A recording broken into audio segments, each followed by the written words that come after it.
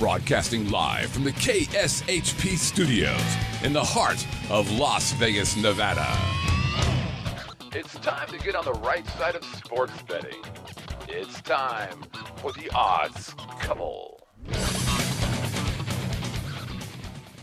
Hey, welcome to the Odds Couple on the world-famous Vegas Video Network. My name is Scott Pritchard, a professional sports bettor handicapper featured on VegasInsider.com. I'm the founder of Pritchard'sPicks.com. This show is being simulcast not only on Vegas Video Network, but also KSHP AM 1400 radio right here in beautiful Las Vegas, Nevada. I'm joined, as always, a very good friend, a mentor, an all-around good guy, happens to be the GM of KSHP and a sports enthusiast, Brett Grant. Happy Tuesday. Happy Tuesday. I'm wearing my Red Sox shirt in support of the events that happened yesterday in Boston. I notice you're wearing purple. So let me give you the purple pad and my purple cup from yesterday. I'll take it. Thank you very I'll much. Keep the cup, though. That's got my vodka in it, so I'm good to go.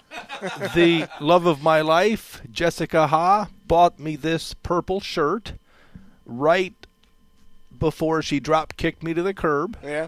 So being a very sentimental, sensitive guy, I'm wearing it. That, and I'm following your lead from I wore purple yesterday. So apparently, it's Prince we're very fond of Prince Week around here. Well, we are going to party like it's 1999. There you go. Let's get started with What Say You.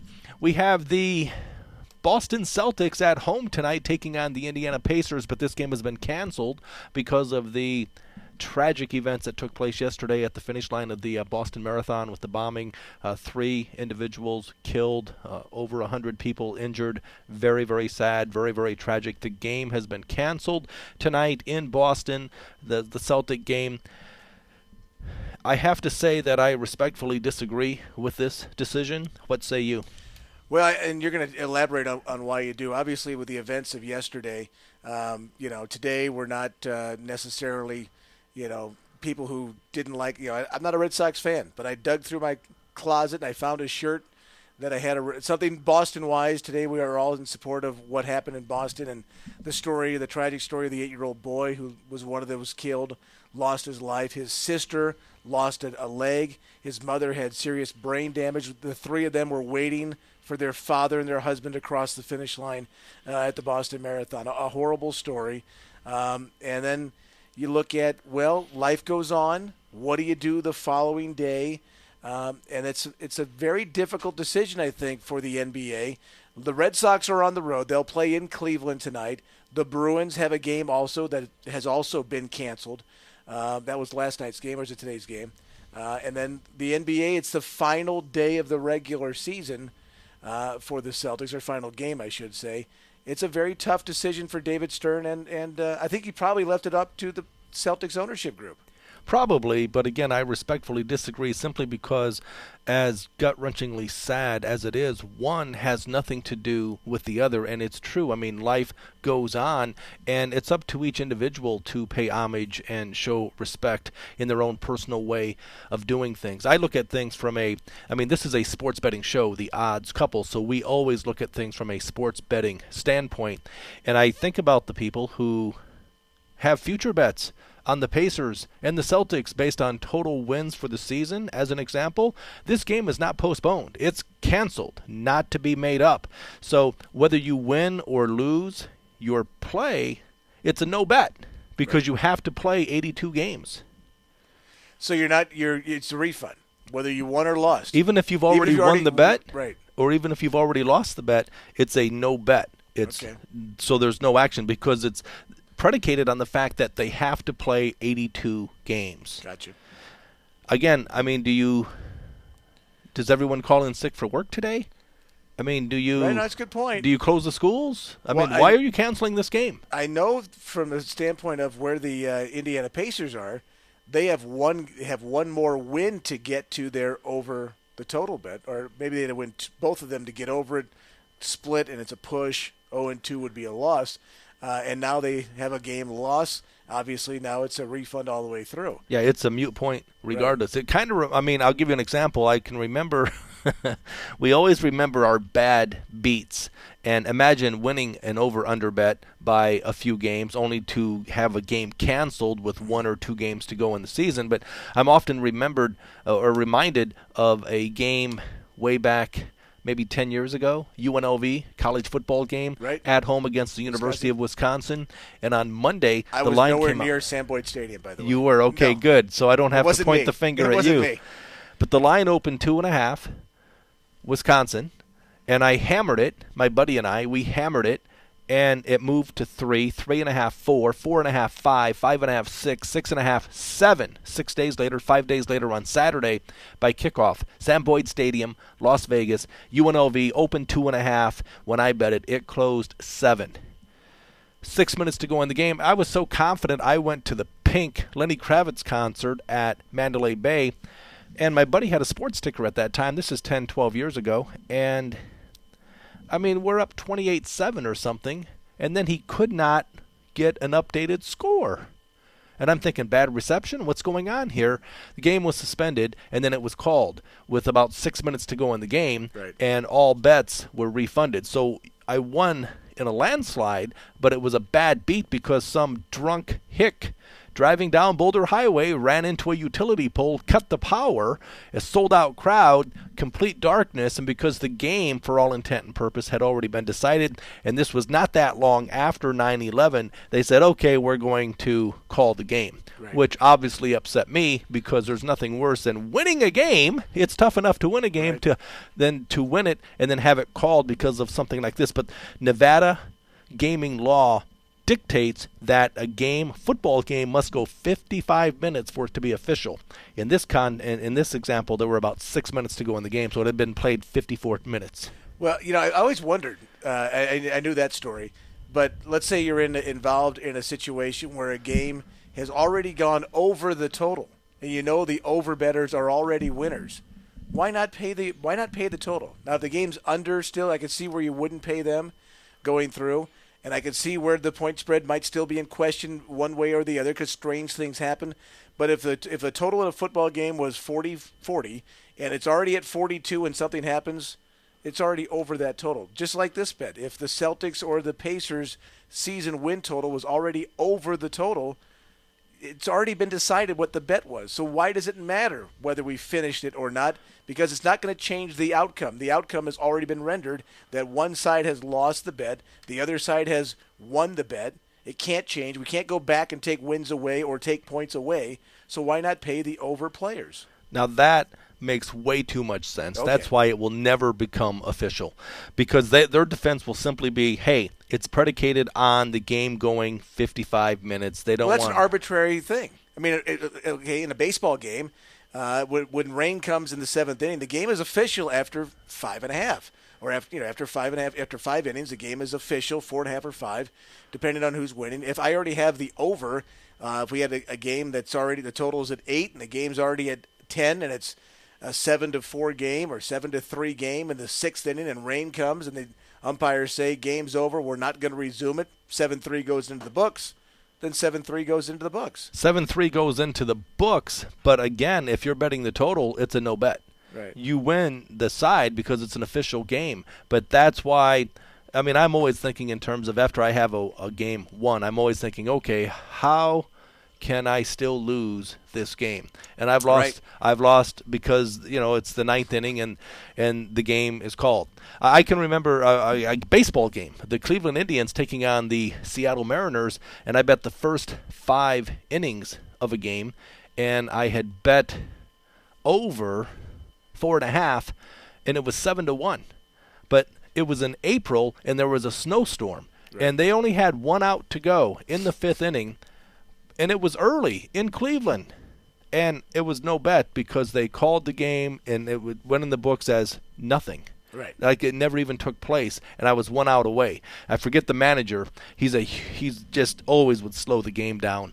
Hargrove, maybe? Mr. Rain Delay Mike Hargrove. Exactly right. That was the guy, and I was I'm telling the you, human rain delay I mean, I need one out, and he kept going out after every single pitch, and I mean, there's snow flurries and wind. It's like, you know what, this is painful. This is torture. And then they said, okay, everyone off the field, and they waited for like 3 hours. I needed one out. Right. Are you kidding me? Exactly. Well, my bone of contention, though, is if the game is already over the total, it shouldn't matter where we are in the game. If it's the end of the third quarter in a football game and lightning comes, which has happened, and they suspend a game for lightning, or they end up calling it after 3 quarters, but it's already over the total for the game, they should pay the over-bettors. See, again, I could not agree more, but that's way too logical. Right. It makes way too much sense.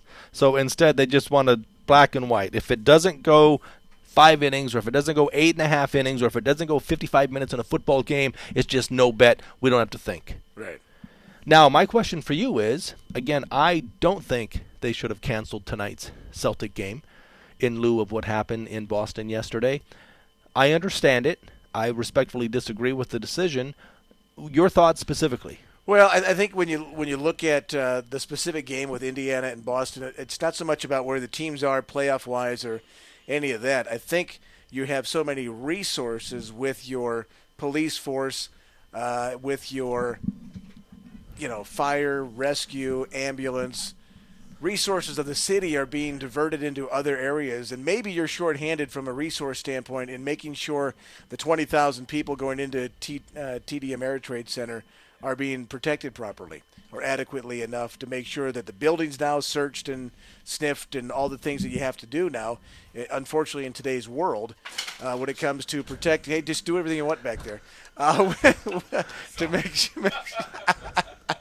make sure that those fans are safe. That's got to be your paramount concern, is making sure the players and the fans are safe.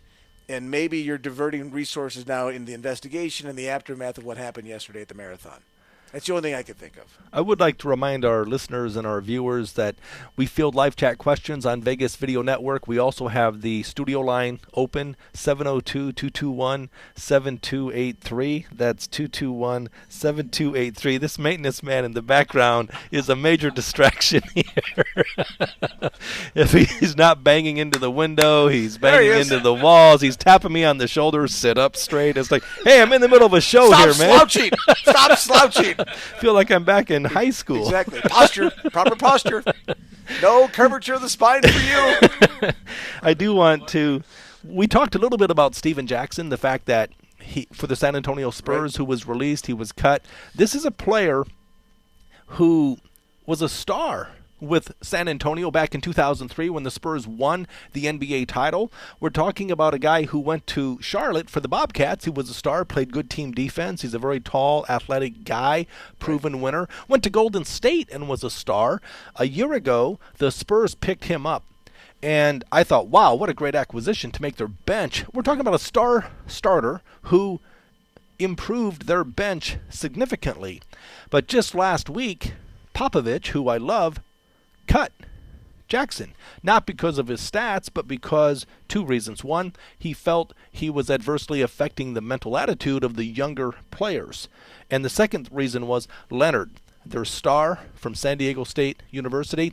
He's been having increased minutes, helping his team. But man, oh man, I mean, the players were shocked, upset, not happy with the fact that they cut Steven Jackson. What say you? Well, if Greg Popovich feels that this guy is more of a detriment than he is an asset, then you make that decision to move forward. There's something to be said for, getting along with people. And if you're not able to do that, and you are somebody who's now a distraction, it's the question is you have to outweigh or weigh is, are the benefits better than the cons of keeping this person?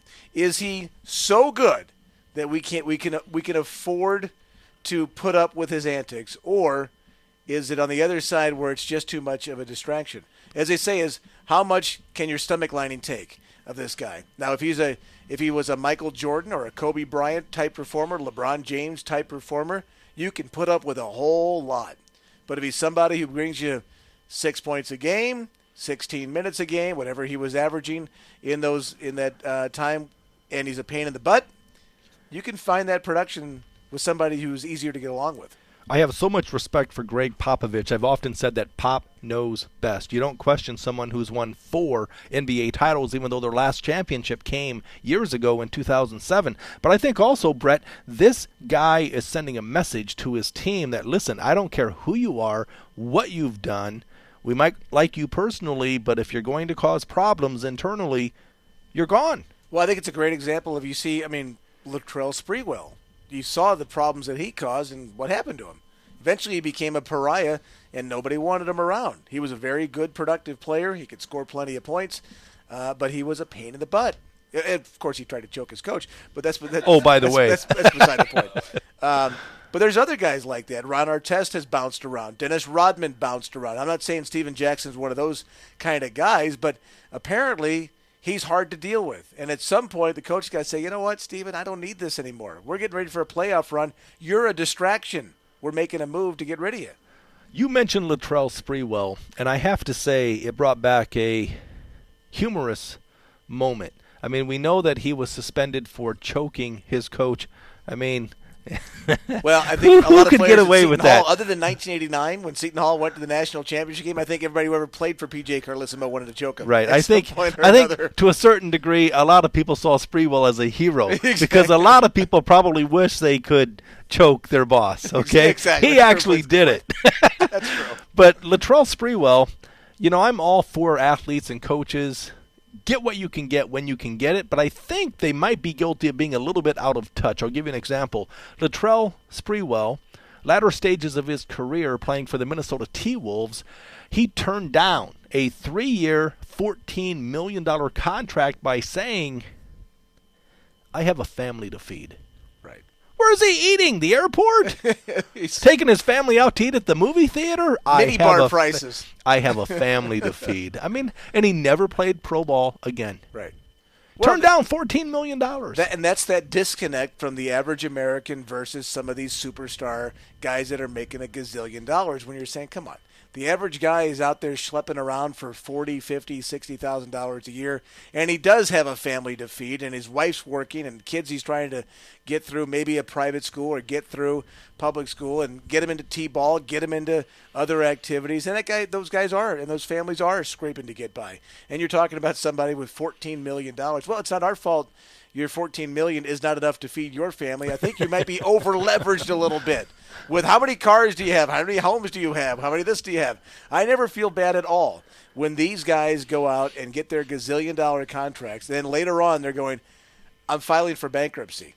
Now, part of it is, and the NBA is maybe a better example than the other sports, is these guys don't have the education that they need to sustain them long-term. They've got a lot of hangers-on. They try to be benevolent to everybody in their neighborhood, and they try to do things to people that they haven't had. And so part of it is they try to be very much philanthropic, and they get taken advantage of. They take care of their mom. They take care of their family. Suddenly they take care of way too many friends, and suddenly they're realizing, I'm not putting money away for me and my family later on. And eventually, and unfortunately, an injury happens, or they're not as good as they used to be, or somebody else better takes their spot. Happens in football all the time where somebody gets hurt. And the next thing you know, in football, we know not guaranteed contracts. If you don't get that big signing bonus, you might get cut and not have a job and be out of work for a while. But suddenly you just bought $1 million house and 4 or 5 cars, and you bought your mom a house, and you've been helping friends and brothers and sisters and aunts and uncles with money and handouts all the time. Guess what? The money train ends. Now you've got nothing for yourself.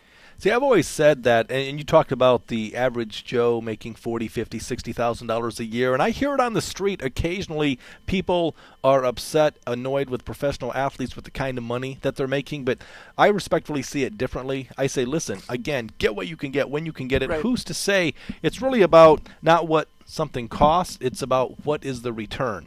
And the idea is, if a player a la Greinke, as an example, I mean, $147 million contract, but if you take into consideration what the prices are for tickets, and you're talking 50,000 fans in the stadium and 81 home games, who's to say?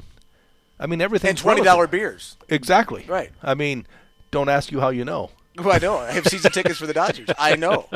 They are expensive. See, you're talking beer, and I'm upset with the price of hot dogs. Well, that's right.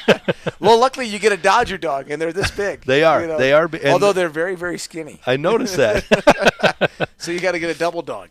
I do. Going through. And I will. I mean, you can go to Dodger Stadium, and you can go get a hamburger, a fries, and a soda from Carl's Jr. inside of Dodger Stadium. It's going to set you back $25.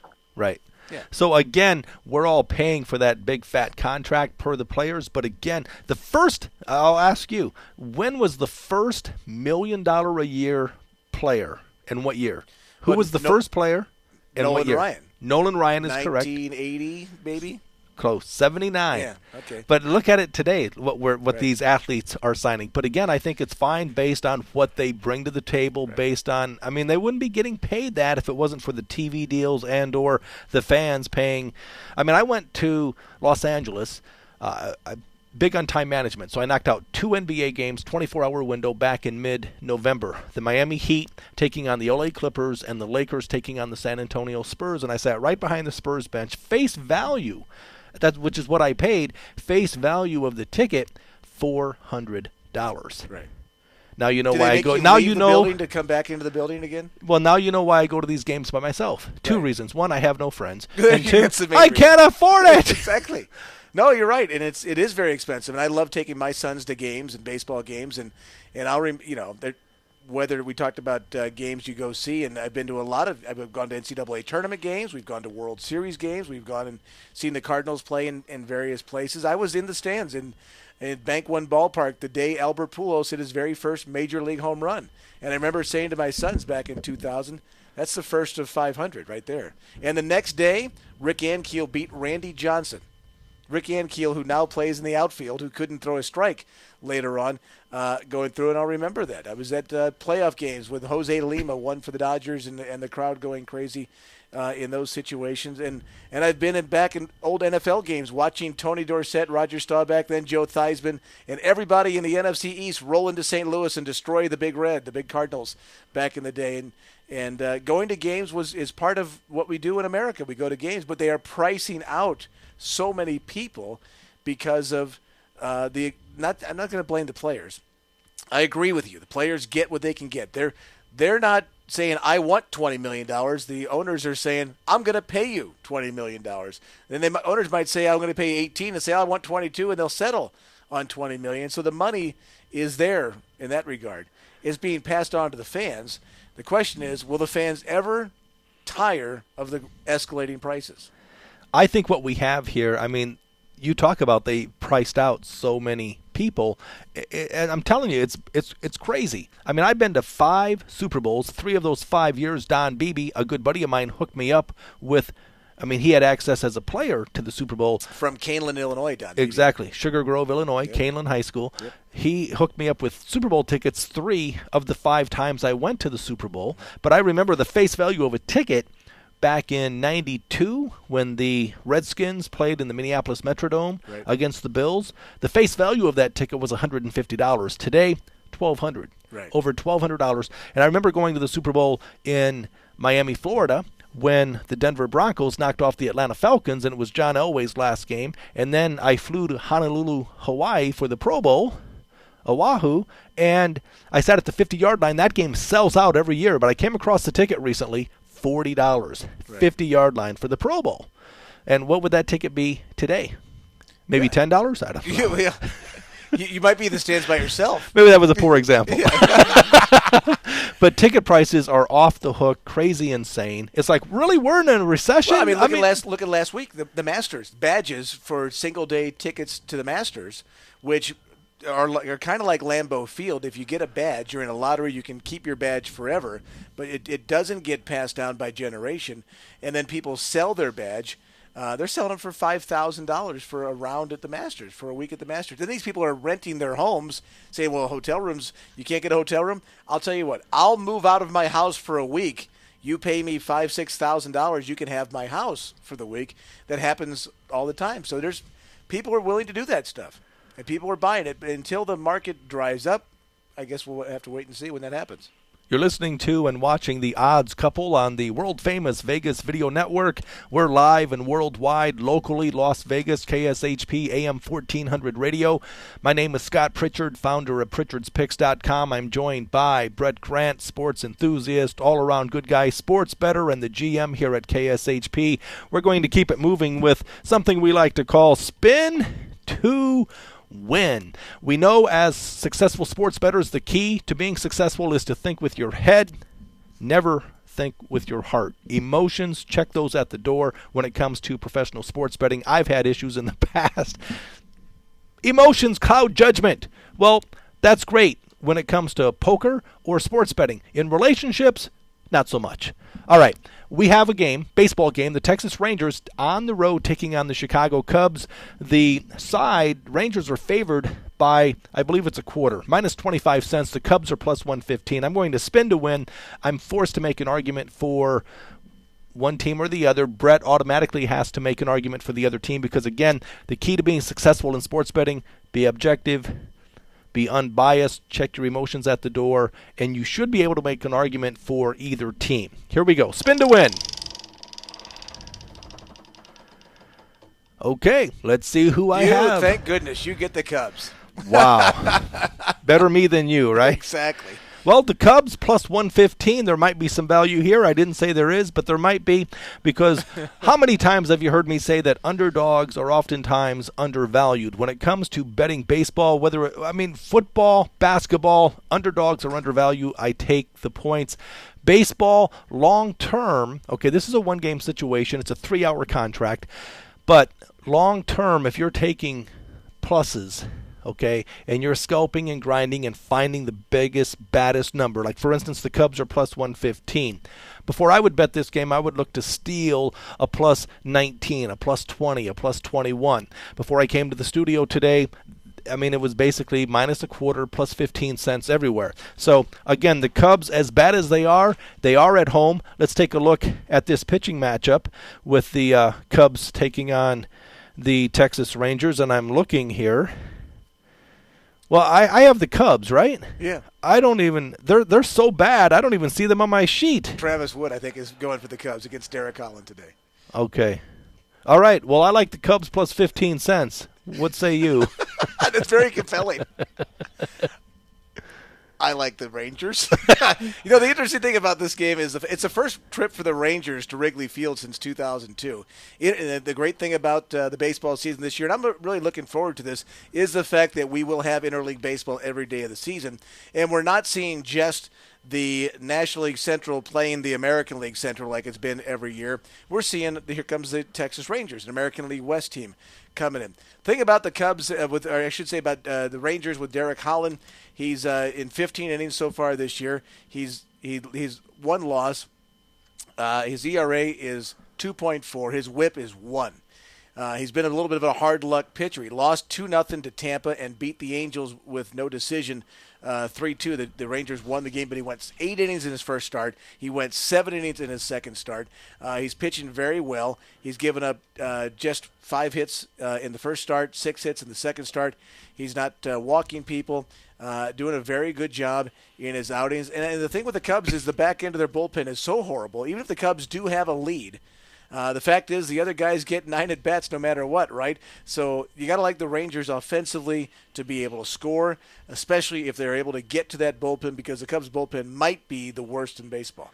That's a very good point. That's why if you're going to play the Cubs plus the 15 cents, you might consider playing the first 5 innings simply because they are at home. It presents some value. It's an interleague game, so the Texas Rangers, as good as they are, last year, as an example, they would score more than 1 run more at home. Something like 5.3 runs, but on the road only 4.2. So they're on the road here. And as good as they are, now their pitcher, Holland, is forced to bat. So the Cubs at home, National League game, National League rules, plus 15 cents. I would agree with that assessment as opposed to playing them for the entire 9 games. If you're going to play the Cubs play the plus 15 cents for the first 5 innings. Good idea. All right. We're going to take a quick commercial break. We'll be right back on The Odds Couple. Stay with us. Have you ever thought you should be on the radio? Or have you considered doing an online video show or podcast? If so, now is your only chance to do both at the same time. KSHP and the Vegas Video Network have teamed up to provide the only multi-camera broadcast quality video and live radio simulcast in Las Vegas. And instead of having your show played at some ungodly hour, the KSHP Vegas Video Network partnership is producing shows that play from 10 a.m. to 3 p.m. Monday through Friday. Imagine having your own radio show broadcasting to the entire Las Vegas Valley, and combine that with an online presence that is viewed in all 50 states and 150 countries, both live and on demand. This is a first and an outstanding opportunity to give voice to your business, your ideas, and your talent. If you'd like your own show on KSHP and the Vegas Video Network, contact us today at 221-1200. That's 221-1200. On the world-famous Vegas Video Network, my name is Scott Pritchard, joined as always by Brett Grant and Anthony Padilla on every Friday for the Odds Couple. Hi, Anthony. Oh, he's not here. We have we have the studio lines open. We like to field questions at 702-221-7283. That's 702-221-7283. If you have a question about sports, namely sports betting, even better. Check us out, live chat, Vegas Video Network. We would love for you to continue to be a part of the show by reaching out to us. Email us at oddscouple@vegasvideonetwork.com. That's oddscouple@vegasvideonetwork.com. Also, we would love to have your voice on our show. You can do that by going to Vegas Video Network. On the right-hand side, a red bar. Click there. Middle of the page, green bar, start recording. I already mentioned that we do have live chat questions through Vegas Video Network. We're live and worldwide with this show, Monday through Friday from 10 to 11 Las Vegas time. If you do miss us live, no worries. Reach out to us on YouTube, iTunes, Vegas Video Network, and Roku. Are you kidding me? I'm ready for Are You Kidding Me today. Yovani Gallardo, the pitcher for the Milwaukee Brewers, arrested yesterday for a DUI. Nearly three times the legal limit, which is .08. He was .22. So having many a beer. Now, maybe he got drunk because he saw his pitching stats with a 6.61 ERA and 0-1 record and a whip of nearly 2 going through. But he is the number one starter for the Milwaukee Brewers. You got to think, I don't know what his salary is off the top of my head, but Yovani probably makes several $1 million, maybe as many as $10 to $15 million. But yet athlete after athlete after athlete decides to get behind the wheel of the car and drive themselves home. The interesting thing about this story is the fact that Gallardo wasn't speeding. He wasn't driving 100 miles an hour down the highway. He was on the highway, but he was going 40 miles an hour. So he knew he was drunk. He goes, I better slow down so I don't get pulled over. He was going 40 in a 55-mile-an-hour zone. And I do not mean to make fun of people drinking and driving. But what pisses me off about this is the fact that you guys make so much money and you still get behind the wheel of the car. Hire a driver. It's $50. Let somebody drive you home. Don't be that guy that causes or ruins the life of somebody else because you're going to be such a stud and drive yourself home. Go drink all you want. You've got the money. Pay for a driver and let's get home safely. And make sure I do too. Yeah, I get that. So okay. Are you kidding me? We know that statistics show 32,000 people in that ballpark will die on the road. I mean, it's down considerably. Years ago, I remember reading it was 48,000 to 50,000 people will die on the road. So it's dangerous out there. It's even more dangerous, obviously, if someone's drinking and driving. But to me, it's illogical. Why? Again, multi-million-dollar athlete, forget the cab, forget the limo, hire a driver. Right. Again, it's so obvious, but I get it because, I mean, and these athletes are still going to continue to drink, and they're still going to continue to drive. I know this because I know that a double cheeseburger at Burger King is bad for my health. I'm going to do it anyway. Right. Are we going now? We should. I'm getting hungry now that I mention it. I haven't had lunch yet. All right. Well, I thank you for sharing your thoughts. Are you kidding me? This baseball player with the big fat ERA drowning his sorrows and then getting behind the wheel of a car. And again, it was not like he was at .9. He was at .22. Almost Nearly three times. Wow. Yeah. Well, I want to talk about Kobe Bryant and his injury. Achilles injury. I mean, this guy's going to be out 6 to 9 months. A lot of people talking about this injury as Mike D'Antoni's fault because he's been abusing Kobe Bryant based on so many minutes. In fact, last week we were talking about, wow, Kobe Bryant, 23 points, fourth quarter against New Orleans, and then he came back the next night, played all 48 minutes, scored 47 points, 18 of 18 from the free throw line. Well, all good things come to an end. This guy has a tremendous work ethic, and the fact that he snapped his Achilles tendon, serious injury, painful injury.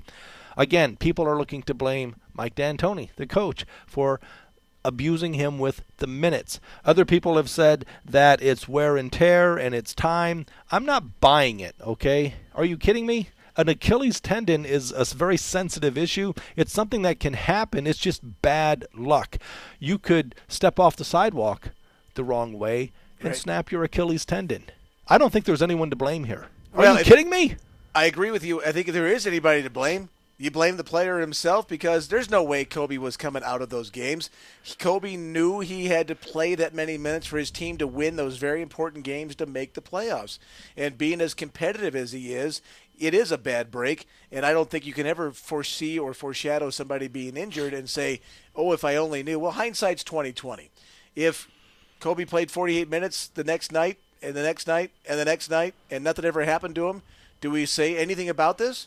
We say, wow, what a gamer Kobe Bryant was. He was a warrior. He went out and played 48 minutes, 4 nights in a row, and got us to the playoffs. All hail Kobe. Well, he got hurt, and he was not going to come out of that game anyway. He had opportunities to come out of the game and wasn't coming out. In fact, he told D'Antoni, I'm not coming out. He said it before. I'm playing all 48 minutes tonight, Coach. Don't even think about it. So how do you blame the coach?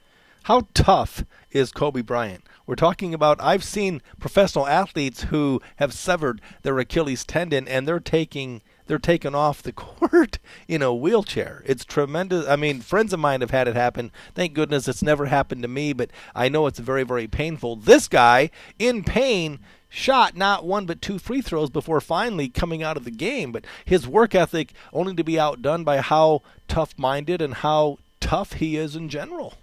No question about it. And you look at, but he's also the face of the franchise. It's not like you're taking, Jody Meeks and saying, we're taking you off the floor. You're trying to take the face of the franchise, who's obviously had a very tough season this year. The Lakers have been a soap opera all year long, and they finally get to, there's that old saying, there's light at the end of the tunnel. Just hope it's not an oncoming train. Right? Right. And the Lakers have had that kind of season this year. They don't know what that light is at the end of the tunnel. Well, for Kobe, it was an oncoming train.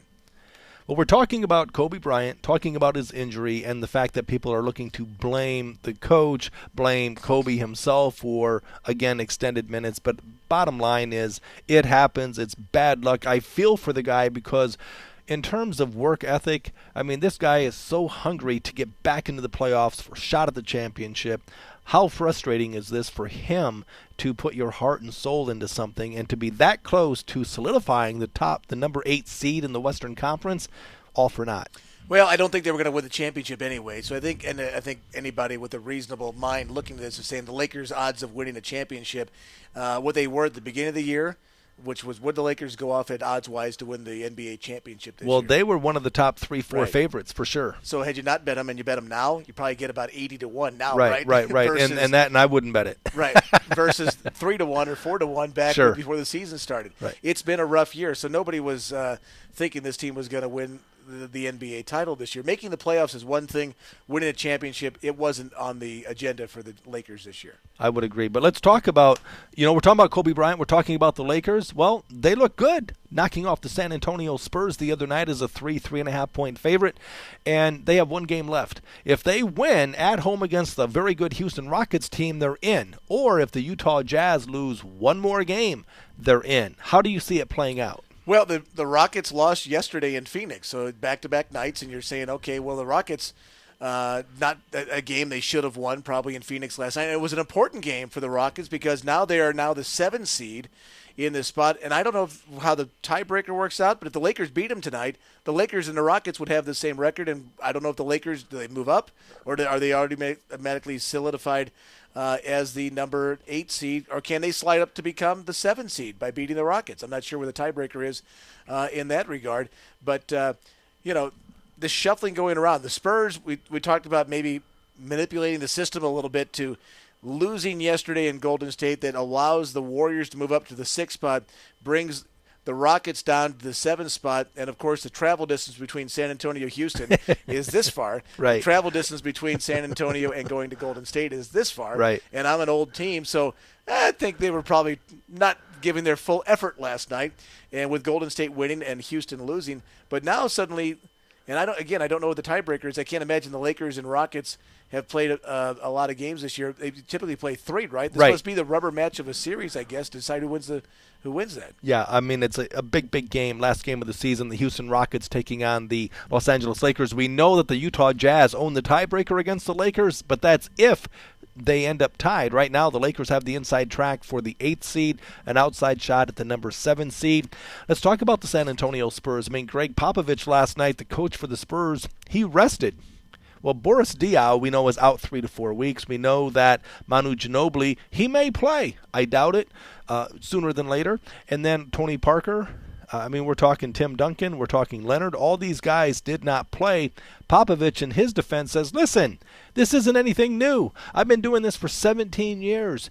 I don't play my guys, or when I do, it's limited, based on back-to-backs. He's implying, in fact, he actually said his starters will play the last game of the year. I'm not sure I'm buying that. Well, he might play it 5 minutes. Right, exactly. The game. Limited, I told exactly. You they're playing. But it was, yesterday nobody played yesterday. The Knicks sat everybody. The Heat sat everybody. The Spurs sat everybody. So if David Stern, I don't know if they all called David Stern and say, hey, I'm sitting my team, don't fine us. But they all kind of pulled what the NFL did back in week 16 and 17 when Peyton Manning's team's undefeated. They go, we don't care about undefeated. We're sitting our starters. Well, these teams that have solidified their playoff spots are sitting their starters. And I agree with that assessment because, again, if you bust tail the entire season, you solidify a number 1, 2, 3 seed, or you're locked in a specific seed for the upcoming playoffs, I mean, it's really not about the regular season. It's about the postseason. It's still a grind. You play 82 regular season games, and then you play 2 months of intense, knockdown, drag-out playoffs at the highest level. So, I mean, it takes its toll. You play about one game every 3 or 4 days, though, in the playoffs, the way they stretch that schedule out quite a bit.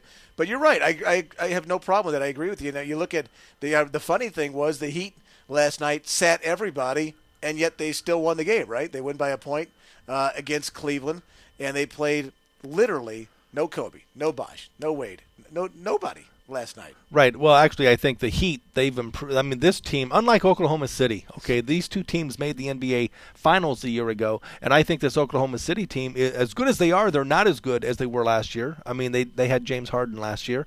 And the Miami Heat, as good as they were last year, winning the NBA championship, they're better because they're deeper. I mean, they picked up Ray Allen. They picked up Rashard Lewis. Chalmers is doing a good job knocking down the 3 ball. I love Battier's defense, and he's a good 3-point shooter. So this team, the big three, they are gelling better today than ever before. I mean, obviously, you can't get any value betting the Heat to win the NBA title, but that I'd be hard-pressed to think anyone could beat them 4 times in a 7-game series. The funny thing was last night they win their game 96-95 in Cleveland. Of course, in Cleveland, LeBron James didn't play.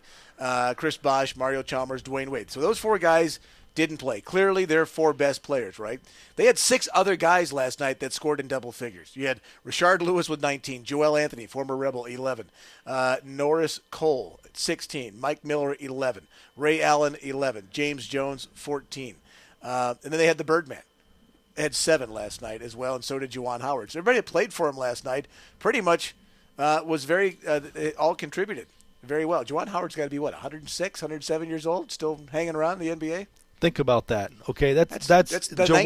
1992, 93. Right. It's 20 years ago. The Fab Five. The Fab Five. Think about the players that were the Fab Five. Yeah. Jawan Howard, Chris Webber. Name the other one or two. Well, Ray King, Ray Jackson, and what's his name? The lefty who we see all the time. Yeah, I'm trying to think too. You're killing me. Well, here's what you have. I mean, Jalen Rose. Jalen Rose, okay. There's the five. There was a documentary on Nobody the Fab remembers Five. Ray King or Ray Jackson. Right. Typically, but I did. Jawan Howard. Great They player did a out of documentary years ago, and the leader of the Fab Five, Jalen Rose, the guy that we could not remember. Right. Well, That's how good of a leader. Yeah. But he was the leader. Now, the most gifted, the most talented of the Fab Five. There's a great life lesson here. That's why I'm sharing it. Go ahead. Chiris Webber had the most talent. Right. Jalen Rose was the leader. And who was the hardest worker? Hands down, the hardest worker was not blessed with the most talent. Jawan Howard. Chris Webber has been out of the league forever. Right. What about Jalen Rose? He's been out of the league forever. Jawan Howard keeps on keeping on. Work ethic alone. Yes, of course he has talent, but he could not compare to the other two guys we just mentioned. He was a great high school player, though. I mean, I was in Chicago in that era and back in Illinois covering high school basketball in that era, and Jawan Howard from Chicago was a awesome high school basketball player and a terrific player. Yeah, he was the guy that got dirty. And not that he played dirty. He would get the rebounds. He would get the offensive rebounds. He would be the guy that took on the big guy on the other side and shut him down, played hard-nosed defense, and went through it. And he was very humble, where Jalen Rose, not humble. Right. Chris Webber, not humble. You know, King and Jackson were the support players going through. But Jawan Howard he's very much like a Tim Duncan from the standpoint of he just kept his mouth shut, did his job, and led by example. It's such a great story because, again, he did not match up with the stars of Jalen Rose and Chris Webber, but just based on work ethic alone, he just keeps plodding along at the highest level. He's been in the league forever. Yeah. So, I mean, it's a great lesson there. Hard work beats talent, you might say, especially if talent doesn't want to work. That's for sure. All right, this is the part of the show where Brett and I put money into your pocket as together we put you on the right side.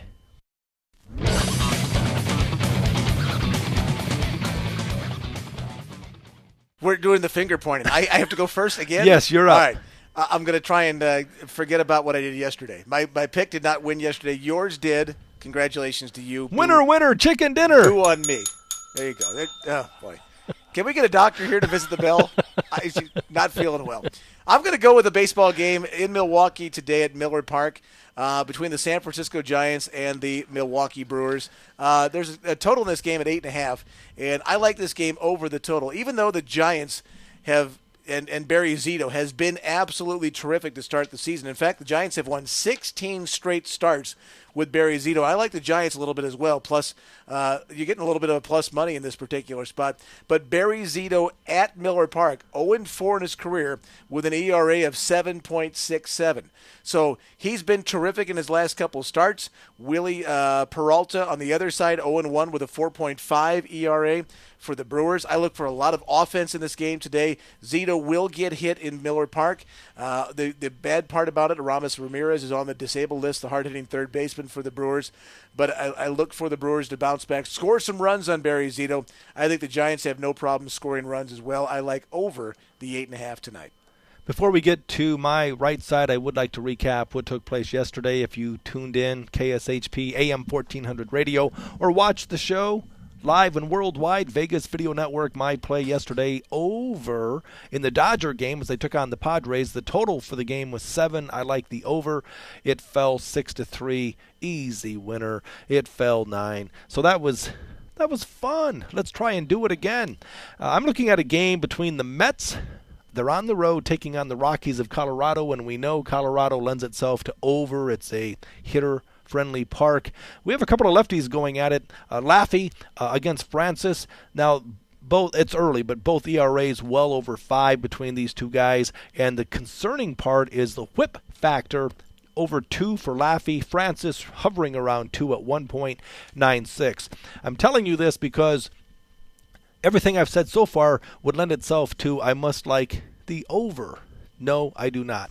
Because you can put a number on anything, and based on the ERAs, which I think are a bit inflated, based on the whip factor, walks, hits per innings pitch, I think it's a bit overhyped, it's a bit overinflated because it's early in the season. So I'm going to buck the trend. I'm going under 10.5. 10.5, too many runs for this game. I understand why it's so high, but I'm a value guy. The value for me under the 10.5 in the Mets-Rockies game. All right. Well, hopefully it won't snow. They were snowed out yesterday in Colorado. Well, I want to, we're both baseball fanatics. I can't wait to see the movie 42. Yeah. You saw it without telling me too much. How was it? It was fantastic. A terrific performance by Harrison Ford, who plays Branch Rickey, the owner of the Brooklyn Dodgers. He's terrific in the movie, and it wouldn't shock me to see him nominated for an Academy Award. He was absolutely terrific in it. It's a great history lesson for baseball fans who didn't get a chance perhaps to see Jackie Robinson play or don't know enough about the story going through. A lot of people think of, when I say Jackie Robinson, I'll ask you, what position did he play? And most people will say, well, he was a second baseman. Well, his first year in the Brooklyn Dodgers, he wasn't a second baseman. And the story revolves around him making the team at a different position. And if you go through and do your research, you'll find out about it. It's a really interesting story, the things that he had to go through, the trials and tribulations, of course, we all know about, being the first black player to make it into baseball. And then, of course, the next year joined by Roy Campanella and others going into and breaking the color barrier. But just, it really does give a very good depiction about how money is green. It doesn't matter what color you are. And there's a couple of underlying storylines about where money is as important as color in a couple of spots in the movie. It was very well done. I really liked it. And for my sons, for them who are 15 years old, a chance to learn about more about the great game of baseball was really nice. I can't wait to see the movie. I guess my question for you is, obviously baseball enthusiasts would love the movie, but does it have something for everyone? Meaning, did you take your wife and your kids? Is it a good family movie as well? It is, because there's the story of Jackie's wife, and then they go through them getting married. They go through the birth of Jackie Jr., who a lot of people might not know had alcohol or had substance abuse issues in his life, died in a car accident before his father passed away. They don't go into Jackie's illness or anything else. It really surrounds the entire movie. Honestly, surrounds that first season in the major leagues and doesn't really go beyond his first year with the Brooklyn Dodgers. It goes up to leading up to what he had to go through to get to the Dodgers, and then that first year as a rookie with the Dodgers, and that's where the movie ends. My daughter is 10 years old. Am I okay to take her? Is Absolutely. it rated R, PG-13? No, it's other than the N-word being shouted out quite a bit, that's about the most egregious thing in the movie. Okay. Well, Great. I can't wait to see it. I encourage you to see it as well. 42. The movie is out at theaters. My name is Scott Pritchard, joined by Brett Grant, the general manager here at KSHP AM 1400 Radio. We're here Monday through Friday. Okay, Monday through Friday from 10 to 11 Las Vegas time. We're live and worldwide, Vegas Video Network and KSHP AM 1400 Radio. For Brett Grant, sports enthusiast, all-around good guy, my name is Scott Pritchard. Can't wait to see you tomorrow. Tune in.